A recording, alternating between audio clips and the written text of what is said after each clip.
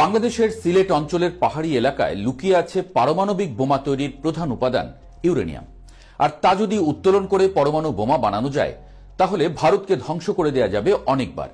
এ ভাষায় কয়েকদিন আগে হুমকি দিয়েছেন ঢাকা বিশ্ববিদ্যালয়ের ছাত্র সংসদ ডাকসুর সাহিত্য সম্পাদক মোসাদ্দেক আলী। তিনি শুধু এই বক্তব্য দিয়েই ক্ষান্ত থাকেননি, এই বক্তব্যের ব্যাখ্যাও দিয়েছেন।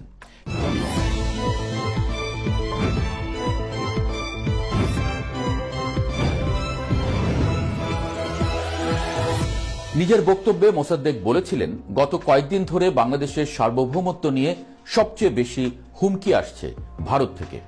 তারা কথায় কথায় বলছে যে আমাদের পারমাণবিক বোমা দিয়ে উড়িয়ে দেবে, কিন্তু তারা জানে না বাংলাদেশের কুলাউড়া পাহাড়ে যে পরিমাণ ইউরেনিয়াম আছে সেটা যদি আমরা উত্তোলন করতে পারি ভারতকে অসংখ্যবার ধ্বংস করে দেয়া যাবে।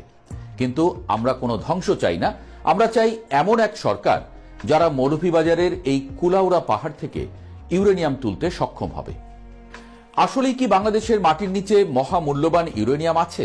আর থাকলেই কি তা উত্তোলন করা সম্ভব? উত্তোলন যদিও করা যায়, বাংলাদেশের মতো দেশের পক্ষে কি পারমাণবিক বোমা তৈরি সম্ভব আদৌ কোনোদিন হবে? এসব প্রশ্নের উত্তর খোঁজার আগে দেখে নেওয়া যাক মোসাদ্দেক তার ফেসবুক স্ট্যাটাসে কি ব্যাখ্যা দিয়েছেন।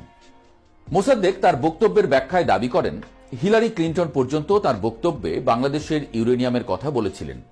মোসাদ্দেক লিখেছেন, মৌলভীবাজারের হারাগাছায় কুলাউড়া পাহাড়ের ইউরেনিয়াম, যেটা নিয়ে কন্ট্রোভার্সি হচ্ছে। কিছু মানুষ আবার ট্রল করছেন, কিন্তু জিনিসটা মোটেও সস্তা বা সিলি কোনো বিষয় নয়। এদেশের কোনো রাজনীতিবিদকে কখনো এ বিষয় নিয়ে কোনো কিছু বলতে শুনিনি। তারা কি এত বড় একটা সম্পদ নিয়ে 50 বছরের ইতিহাসে কখনো কোনো প্ল্যান বা কনসার্ন দেখিয়েছে? না, কাউকে একবার মুখে আনতেও শুনিনি। অথচ বাইরের দেশের অনেক রাজনীতিবিদ আমাদের দেশে অবস্থিত কুলাউড়া পাহাড়ের ইউরেনিয়াম নিয়ে খোলাখুলি কথা বলেছে, এটা নিয়ে আগ্রহ প্রকাশ করেছে। 2012 সালের দিকে হিলারি ক্লিন্টন বাংলাদেশ সফরে এলে সেন্ট মার্টিন এবং কুলাউড়ার কথা বলেছেন। কুলাউড়ায় ইউরেনিয়ামের সন্ধান পাওয়া যায় 1975 সালে। 1985 সালে এর 10 বছর পরে ভূতাত্ত্বিক জরিপ অধিদপ্তর আবার অনুসন্ধান চালিয়ে ইউরেনিয়ামের বিষয়ে নিশ্চিত হয়। আর এই ইউরেনিয়াম পৃথিবীর অন্যান্য দেশ থেকে উন্নত। ওই সময় মৌলভীবাজারের জুড়ির হারাগাছা এবং সিলেটের জৈন্তাপুর থেকে সংগৃহীত মাটি পরীক্ষা করে দেখা যায় প্রতি 10 লাখ মাটির কণার মধ্যে রয়েছে 500 থেকে 1300 ইউরেনিয়াম কণা। অর্থাৎ পরীক্ষিত স্থানের মাটিতে ইউরেনিয়াম প্রাপ্তির হার 500 থেকে 1300 পার্টস পার মিলিয়ন ppm।